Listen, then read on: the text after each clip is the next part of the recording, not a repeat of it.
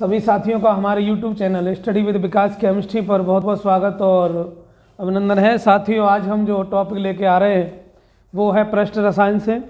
पृष्ठ रसायन जो चैप्टर है वो हमारा 5 नंबर का पूछा जाता है परीक्षा में 4 से 5 नंबर का आता है और ये चैप्टर हमारे लिए बहुत ही महत्वपूर्ण है। और क्योंकि ये चैप्टर इसके जो टॉपिक हैं याद करने में और अधिक समय तक स्मरण रखने में बहुत ही आसान है। तो देखिए, जो पहला हमारा जैसे स्कंदन क्रिया क्या होती है, आप जानते हैं कि स्कंदन में होता क्या है। जैसे कभी हम जब कट जाते हैं या उंगली कट जाती है या कोई भी पार्ट हमारा बॉडी का जब कट जाता है तो क्या होता है कि हम उस पर क्या करते हैं कि फिटकरी जो है लगा देते हैं और घाव जो होता है वो क्या हो जाता है, रुक जाता है। तो ऐसा होता क्यों है, घाव रुकता क्यों है? तो उसके रुकने का एक कारण है। रुकने का कारण है स्कंदन।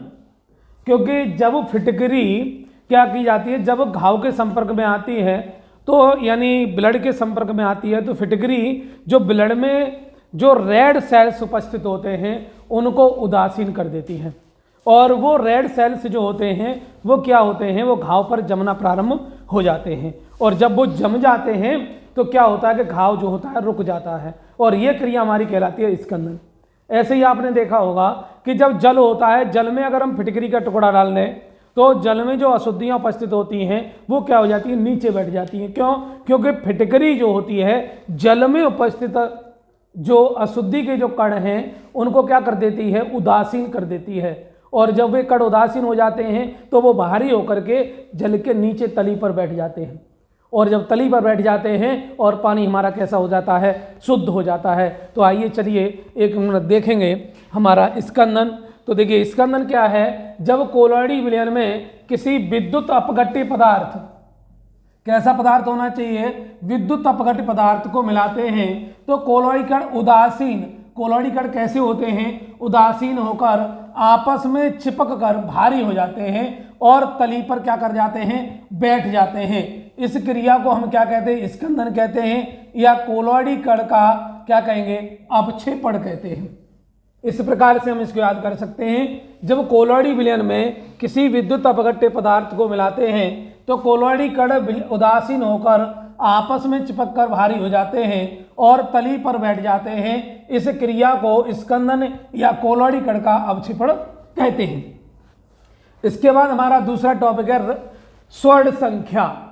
ये स्वर्ण संख्या भी कई पेपरों में बार बार पूछा गया है। तो स्वर्ण संख्या क्या होती है, रच्छी कोलॉइड की मिलीग्राम में वह मात्रा, यह क्या है, मिलीग्राम में वह मात्रा, वह कम से कम मात्रा जो 10 ml गोल्ड सॉल मिलाने पर 10% NaCl के 1 ml द्वारा होने वाले किसको, स्कंदन को क्या कर देती है, पूर्ण तरह रोक देती है।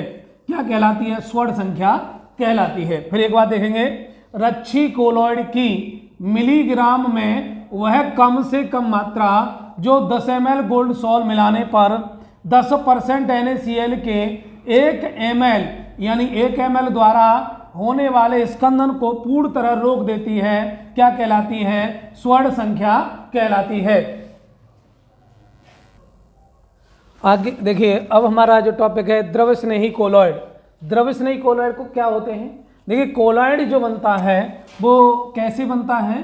कोलॉइड जो होता है, जैसे हमने कोई भी पदार्थ लिया, किसी भी पात्र में हमने क्या किया, कोई भी जल या ऐसा पदार्थ भर लिया जो वैद्युत अपघट्य है, ऐसा पदार्थ भर लें। जैसे मैंने मान लीजिए इसमें जल ले लिया, क्या किया, जल ले लिया और जल लेकर के इसमें मैंने NaCl इसमें क्या कर दिया, घोल दिया, इसमें NaCl डाल दिया।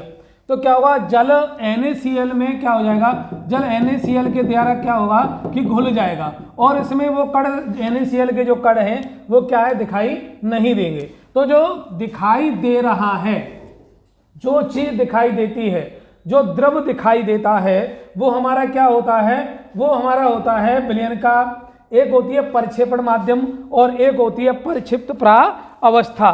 तो वे पदार्थ जो परिक्षेपण माध्यम यानी परिक्षिप्त यानी छिपी हुई कौन सी होगी, NaCl होती है। NaCl की जो अवस्था होगी वो होगी परिक्षिप्त, परिक्षिप्त का मतलब छिपी हुई, और जो जल है वो क्या होगा, परिक्षेपण माध्यम। परिक्षेपण माध्यम। ये पूरा कोलॉइड विलयन दो चीजों से मिलकर बना है, प्रक्षिप्त प्रावस्था और प्रक्षेपण माध्यम। वैसे हम विलयन को कहते हैं विलेय और विलायक, लेकिन यहाँ पर कोलॉइड विलयन की बात की जाए तो कोलॉइड विलयन में दो चीजें मानी गई हैं, एक तो प्रक्षेपण माध्यम और एक प्रक्षिप्त अवस्था। तो देखिए क्या होता है, जब वे पदार्थ जो विलयन के संपर्क में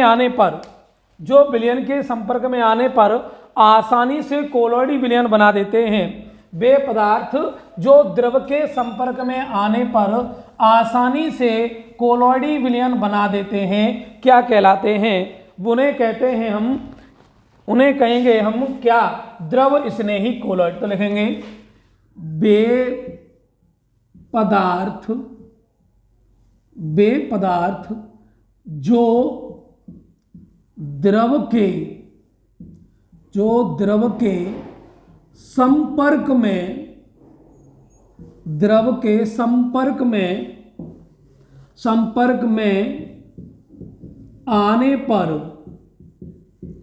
आने पर शीघ्रता से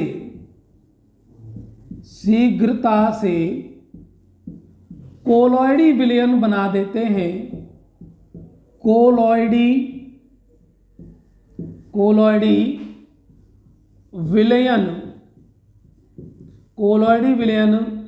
बना देते हैं। कोलॉइडी विलयन बना देते हैं, द्रव स्नेही कोलॉइड कहलाते हैं। बना देते हैं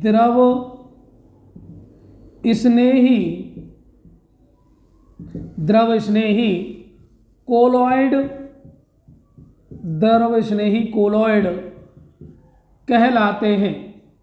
फिर एक बात ध्यान देंगे, वे पदार्थ जो द्रव के संपर्क में आने से शीघ्रता से कोलॉइडी विलयन बनाते हैं, द्रव स्नेही कोलॉइड कहते हैं। अब ये होते कौन से हैं? तो देखिए एग्जाम्पल लिखेंगे, इसका एग्जाम्पल के आधार पर देखेंगे तो कौन कौन से हैं। जैसे हमारा गोंद है, जैसे देखा जाए तो देखेंगे क्या है, गोंद, सरेस, स्टार्च, जो स्टार्च तो जानते ही हैं, स्टार्च। और कौन सी चीज होती है? एक होती है जिलेटिन। क्या होगा? जिलेटिन। ये सभी पदार्थ क्या कहलाते हैं बेटा? ये सभी पदार्थ कहलाएंगे हमारे क्या? द्रव स्नेही कोलॉइड। ये पूछा जाता है, वे पदार्थ जो द्रव के संपर्क में आने पर क्या होते हैं? शीघ्रता से कोलॉइडी विलयन क्या कर देते हैं? बना देते हैं, द्रव स्नेही कोलॉइड कहलाते हैं। फिर एक बात देखेंगे, वे पदार्थ जो द्रव के संपर्क में आने पर शीघ्रता से कोलॉइडी विलयन बना देते हैं, उन्हें द्रव स्नेही कोलॉइड कहते हैं। इसके बाद हमारा नेक्स्ट है द्रव विरोधी कोलॉइड। कौन सा है? द्रव विरोधी कोलॉइड। द्रव विरोधी कोलॉइड। तो द्रव विरोधी क्या? देखिए विरोधी का मतलब उल्टे। तो यहां पर कैसी परिभाषा होगी? वे पदार्थ जो द्रव के संपर्क में आने से आसानी से, यानी शीघ्रता से नहीं, आसानी से कोलॉइडी विलयन नहीं बनाते हैं। वे पदार्थ जो द्रव के संपर्क में आने पर आसानी से कोलॉइडी विलयन नहीं बनाते हैं, उन्हें हम क्या कहेंगे? उन्हें कहते हैं द्रव विरोधी कोलॉइड। जैसे कोई भी धातु है, धातु कैसी होती है? स्वाभाविक में कठोर होती है। और धातुएं अगर जल में घोलेंगे क्या घुल जाएगी? सोने को जल में घोलते रहो, घुल जाएगा? नहीं घुलेगा। क्या होगा? अगर नमी रहेगी तो धीरे धीरे वो क्या होगा? धीरे धीरे क्या होगा? संचारित होगा। जैसे लोहा है, लोहा खुले पड़ा रहता है तो क्या होता है? धीरे धीरे संचारित होता है। ऐसा नहीं है कि लोहा को तुरंत डुबोया और तुरंत खत्म। जल में अगर हम लोहे को तुरंत डालें और वो तुरंत खत्म हो जाए, ऐसा हुआ है? नहीं होता। क्या होता है? धीरे धीरे क्या होता है? वो संचारित होता है। तो ये ऐसे ही हम ध्यान रखेंगे इसका कि वे पदार्थ, इसकी परिभाषा लिखेंगे, वे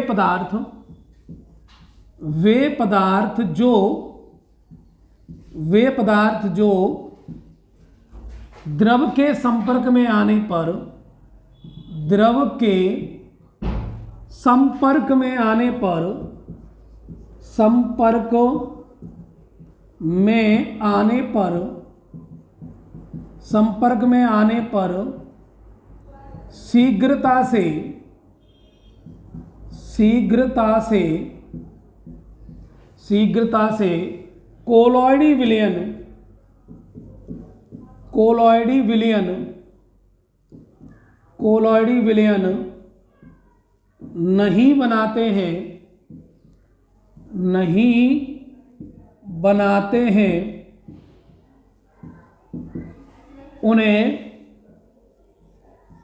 उन्हें द्रव विरोधी, द्रव विरोधी कोलॉइड, उन्हें द्रव विरोधी कोलॉइड कहते हैं। उन्हें हम क्या कहेंगे? द्रव विरोधी कोलॉइड कहते हैं। फिर एक बार समझें, वे पदार्थ जो द्रव के संपर्क में आने पर शीघ्रता से कोलॉइडी विलयन नहीं, क्या नहीं करते? कोलॉइडी विलयन नहीं बनाते, उन्हें क्या कहते हैं? उन्हें कहते हैं द्रव विरोधी कोलॉइड कहते हैं। जैसे, जैसे क्या होगा? जैसे, जैसे कौन कौन सी है? जैसे हमारी है तो कोई भी सोना ले लीजिए, सोना है, चांदी है, लोहा है, तांबा है, ये सभी आदि, ये सभी धातुएं क्या करती हैं? जल के साथ आसानी से संचारित होकर के क्या करती हैं? कोलॉइडी विलयन नहीं बनाती हैं। इसलिए इनको क्या कहा गया है? इनको कहा जाता है क्या? द्रव विरोधी कोलॉइड कहा जाता है।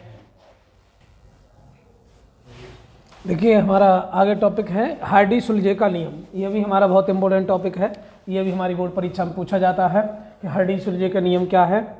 देखिए बहुत ही सरल शब्दों में मैंने इसको लिखा है। इस नियम के अनुसार किसी वैद्युत अपघट्य, क्या है हमारा, कैसा पदार्थ होना चाहिए? वैद्युत अपघट्य पदार्थ की स्कंदन शक्ति, क्या शक्ति? स्कंदन शक्ति स्कंदित करने वाले, स्कंदित करने वाले आयन किस पर निर्भर करती है? आयन पर उपस्थित आवेश पर निर्भर करती है। फिर एक बात देखेंगे, किसी वैद्युत अपघट्य पदार्थ की स्कंदन शक्ति स्कंदित करने वाले आयन पर उपस्थित आवेश की मात्रा पर निर्भर करती है। ये हमारा किसका नियम था? हार्डी-सुलजे का नियम है कि किसी वैद्युत अपघट्य पदार्थ की स्कंदन शक्ति स्कंदित करने वाले आयन पर उपस्थित आवेश की मात्रा पर निर्भर करती है। इसके बाद हमारा एक प्रश्न है, हमने एक प्रश्न लिया यहाँ पर, तो देखिए प्रश्न क्या है? गोल्ड सॉल्ट को स्कंदित करने की सर्वाधिक शक्ति वाला यौगिक है, यानी ये यौगिक दिए हैं, इनमें से गोल्ड सॉल्ट को कौन सा यौगिक सर्वाधिक मात्रा में क्या करेगा? स्कंदित करेगा। तो कैसे? देखिए कैसे याद करेंगे? आवेश हमें ढूंढना है तो K और Cl है।